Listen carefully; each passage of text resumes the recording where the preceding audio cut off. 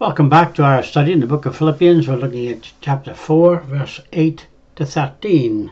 Again, looking at the idea of the peace that passes understanding. This is one of the most beautiful passages, I think, and challenging passages as well. Finally, brethren, whatsoever things are true, whatsoever things are honourable, whatsoever things are just, whatsoever things are pure, whatsoever things are lovely, whatsoever things are of good report, if there be any virtue, if there be any praise, think on these things. Paul encourages the Philippians to think on 6 things. The word think, logizomai, to take into account, to calculate, to consider or ponder. It would be easy for the Philippians to ponder or consider their suffering and be fixated on the bad things that are happening in their life. The evil influences, the dogs and evil workers, and the present problems revolved around their unity or disunity. Paul encourages the Philippians to rather think about these 6 things. First, let the Christian think on things that are true, unconcealed, true reality.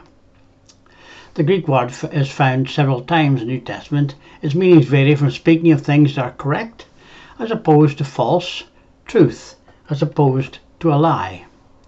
The Christian mind should ponder upon the reality of God and God's truth. Heaven is real. God's truth revealed to be so. Secondly, the Christian needs to ponder upon honourable things. The word honourable, revered, august, holy, awful, things divine. The Christian mind is to ponder the great, revered, holy and awful name of the Yahweh God, to consider and contemplate God. To have a mind filled with thoughts of God is to have a mind or an attitude or spirit of truth, motivated by who God is. Thirdly, the Philippians are encouraged to ponder upon just things, the word dikaios, to speak quite exactly, right, lawful, just, real, genuine and true. The word just infers a standard by which men are to be measured. The standard is revealed in the New Testament to be the Word of God. Many people misunderstand or don't really appreciate that everything that they believe regarding their salvation, regarding God, regarding the grace that revealed, regarding who Jesus is, regarding the part that Jesus plays in salvation, regarding who the Holy Spirit is and what the Holy Spirit does.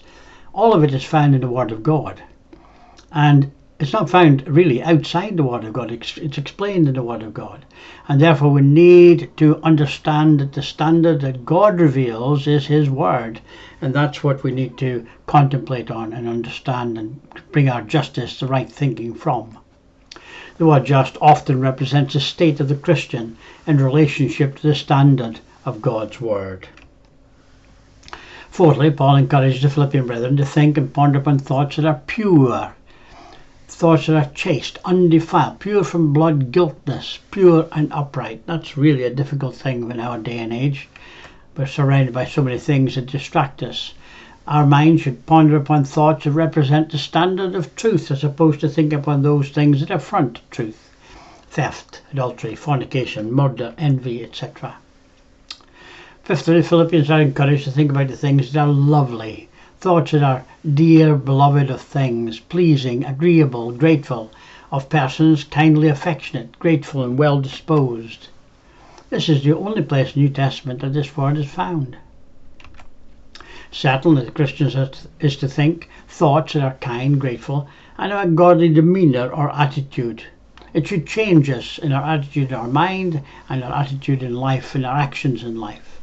Sixthly, Paul encourages the brethren to ponder upon the things of good report, uttering sounds of good omen, abstaining from inauspicious words, uttering words of religious thought, keeping a holy silence, in a positive sense, favourable or successful with or in words of good omen. When you think of people, we often think of the bad things that people do rather than the good things that they do. We are often quick to point out the failures rather than the successes. Paul's thought is that we are to think of words that help us to be saved and to stay saved. The teaching of Christ is the only set of instructions that leads us to the forgiveness of our sins. It's They need to think in these words for they will succeed in saving a man's soul. Sin can cause one to be recognized as unjust or unrighteous, and thereby a true just shall live by faith. Paul summarizes the 6 virtues listed above with the words virtue, praise. The attributes of a Christian are to be virtuous, of moral excellence and righteousness and goodness and uprightness. The attributes of a Christian are to be of praise, approval, commendation. The 6 virtues listed in 4:8 illustrate the Christian's moral excellence and approved state before God. They are seen as perfect in the eyes of God through the life and sacrifice of Jesus. It seems apparent that there's a connection between the thoughts of verse 8 and verse 9. Keep putting into practice all you learned from me and heard from me and saw me doing, and the God of peace will be with you. Paul is encouraging the Philippians to make the 6 virtues of moral excellence a part of their lives. When Paul was in the presence of the Philippians, this was how he behaved himself, and so Paul serves as an example to them. Paul taught the truth. Paul lived the truth. He exercised true reverence towards God. He stood without condemnation in the presence of God, one whose thoughts were pure. He displayed affection and gratefulness towards men, and he relied upon the one truth that will save men's souls, that God has stepped into humanity and been willing to die for us. The Philippians learned, received, heard and saw these virtues in Paul, and so they're encouraged to make them a part of their own lives. The entire thought seems best summarized in that Paul respecting God's authority and lived in such a way to prove that love. Paul thereby serves as an example the Christians should follow. How can we have peace with God? Right thinking, right doing, right attitude. We need to learn to trust in God and not in ourselves and our own abilities. We need to learn how not to live in the past and not to waste our time worrying about the things that we cannot change. We need to learn how to stop ourselves constantly indulging in self-pity. We need to seek to eliminate suspicion and resentment. We need to cultivate love, joy, compassion, good humour and loyalty. We need to be realistic in our expectation of others and our expectation of ourselves. Peace with God. Hear Him. Believe Him. Obey Him. Peace with others. First be reconciled to God, then pursue peace with others. Peace with self. Walk in the Spirit. Apply the lessons we learn from God's Word into our lives and allow God to mold us and make us into who we ought to be. We need to know Jesus. If we know Jesus, we know peace.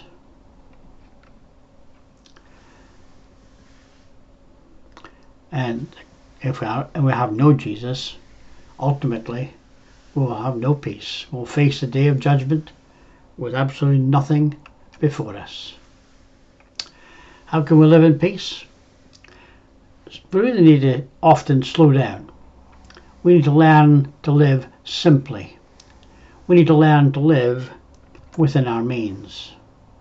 We need to value the things that really matter. Truly put God first, and everything else will fall into place. The peace of God will enable you to get beyond the regrets and the guilt of the past, be able to manage the anxiety of the present, and overcome the fear of the future. This thought is closely associated with Philippians 2:30, where Paul commends Epaphroditus for bringing the much needed monetary relief to Paul. Paul states, because for the work of Christ he came near to death, hazarding his life to supply that which was lacking in your service towards me. Paul, as an evangelist, had needs that were to be met by other brethren if the work of evangelism was to continue. The apostle now explains he understands the lacking in service on part of the Philippians was not due to any uncaring spirit, but rather they lacked the opportunity to help. Apparently the Philippians would have sent relief to Paul sooner. However, they may not have had the funds or the messenger to send the funds to Paul. Here, Paul is careful to let him know he understands this. Receiving funds for the work of an evangelist was a touchy subject in these early days of the church, as it is in many congregations today. Some of the Corinthian brethren had accused Paul of preaching only for the money. Others claimed Paul was trying to scam the brotherhood for funds when he set out to collect monies for the needy saints in Jerusalem. And this may have been a general idea that Paul had to continually fight throughout Macedonia. Verse 11 says, "Not that I speak in regard to need, for I have learned in whatever state I am to be content." This letter of Philippians is full of really good advice, but very difficult to put into practice in our lives. The word need or want is the exact same word that was found in Philippians 2:30, translated lacking, defined there as deficiency, something was missing.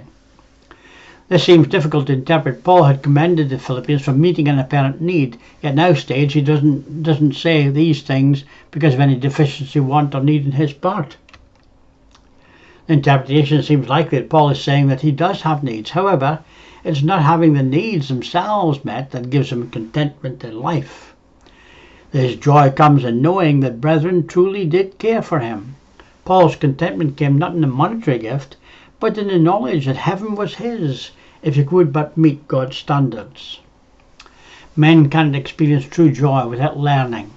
Paul had learned how to be content, even though he faced intense persecution in his life. When we study God's Word, we find that hardships and afflictions are part of the path to heaven. Then we gladly accept them with contentment. We recognize their reality. I used to say to people I was studying with before they became Christians, or when they've just become Christians, I would say, there's one thing I can guarantee. At some point, I will let you down. And there's another thing I can guarantee. At some point, you will let me down. So we start off with that understanding that at some point in the future, there may be some problems. Then when they arrive, we won't be shocked, we won't be dismayed, we won't be unsettled. We'll recognize we're human. And in that, we're able to deal with the problem when it arrives, rather than be so disappointed that we turn our back upon Christ. When our spiritual mind views true citizenship existing in heaven, then the things of this life will fall into different categories in our mind.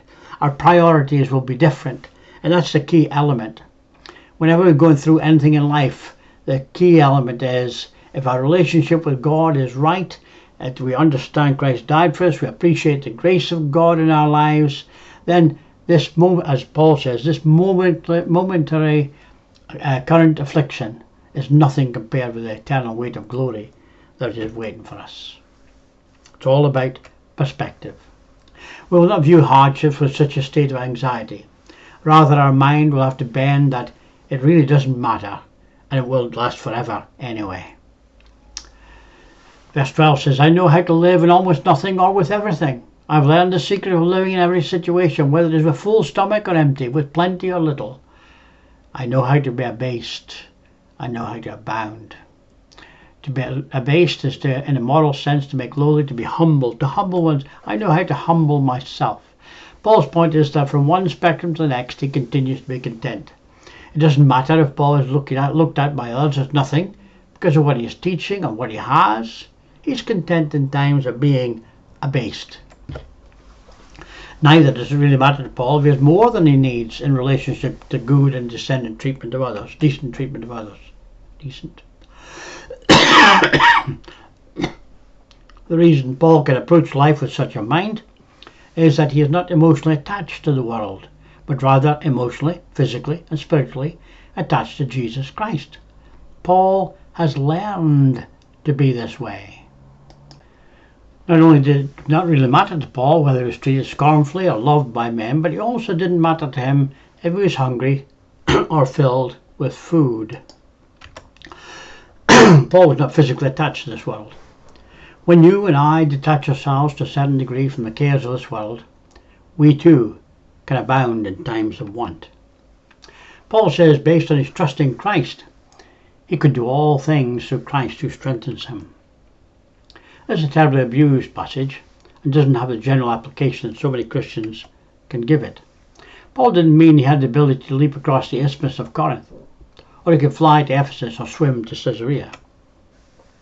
A statement, like all scriptural statements, must be seen as context if one is to learn the truth of what is being said. What is Paul speaking about? He is speaking about adjusting without resentment to the ever-changing conditions of his life. It is regard to having a sufficient amount of this world's goods and not having a sufficient amount of this world's goods, that Paul could do all things through Christ who strengthened him. He could be full, well clothed, well housed through Christ, and enjoy this, not worrying about tomorrow. Yet also through Christ who strengthened him, he could suffer cold, hunger, shipwreck, insufficient housing, and all these other things, and never feel resentment towards his Lord. Paul had earlier learned that it's through facing weaknesses in his life that one grows in the strength of Christ. When my faith has attained a level that my true and earnest belief is that heaven is my home, then I will not be affected by the hardships of this life. The more wicked men may afflict me, the greater the strength of Christ I will be, because I know that he will save me in the end. Jesus had saved the soul of Paul, forgiven him of all his sins. Paul didn't expect the Lord to provide him with every luxury of life. Having food and clothing, he was content, for contentment with godliness is great gain. This is what he taught. That's the way he lived. Let us learn the lessons that he learned. Remember, whether we live in abundance or privation, we can do it through Christ who strengthens us. All glory to Christ.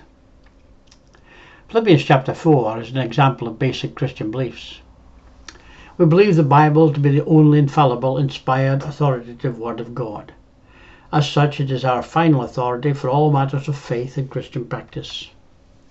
We believe there is one God, eternally existent, with three persons, Father, Son, Holy Spirit. He is the Creator of all things. We believe in Jesus Christ, God in human flesh, who came to this world to die for our sins and who was bodily raised from the dead. We believe in the Holy Spirit, the Spirit of a living God who draws people to Christ and who lives in every person who has received Christ. We believe that man, created by God, willfully sinned, and as a result is lost and without hope, apart from accepting and receiving Jesus Christ as Saviour. We believe that salvation, forgiveness of sins, is available by the grace of God through the blood of Jesus Christ. This free gift of forgiveness is offered to all who receive Christ as Lord and Saviour. We believe the Bible clearly teaches the way to receive Christ is to hear about God's grace and the gospel, good news, that God sent his Son to die on our behalf, that Jesus was resurrected from the dead. We then need to believe in Jesus as God's Son and Saviour of the world, repent of personal sin, confess Christ publicly, and be immersed in water for the forgiveness of our sins. We believe that through our obedient faith at our baptism, the grace of God through the blood of Jesus washes away our sins. We believe that the full immersion under water is a prescribed mode of baptism as indicated by Jesus' own example and command. Best depicts our union in his death, burial and resurrection. We believe that the called out by God, called out by the gospel, who have responded to the gospel, is the body, the family, the kingdom, the bride of Christ on earth, founded on the day of Pentecost, consisting of all Christians everywhere through every age. We believe that death seals the eternity of each person. Those who are forgiven will spend eternity with God in heaven. Those not forgiven will be eternally separated from God in hell. If you've found something useful in this lesson, please feel free to come back and be with us again.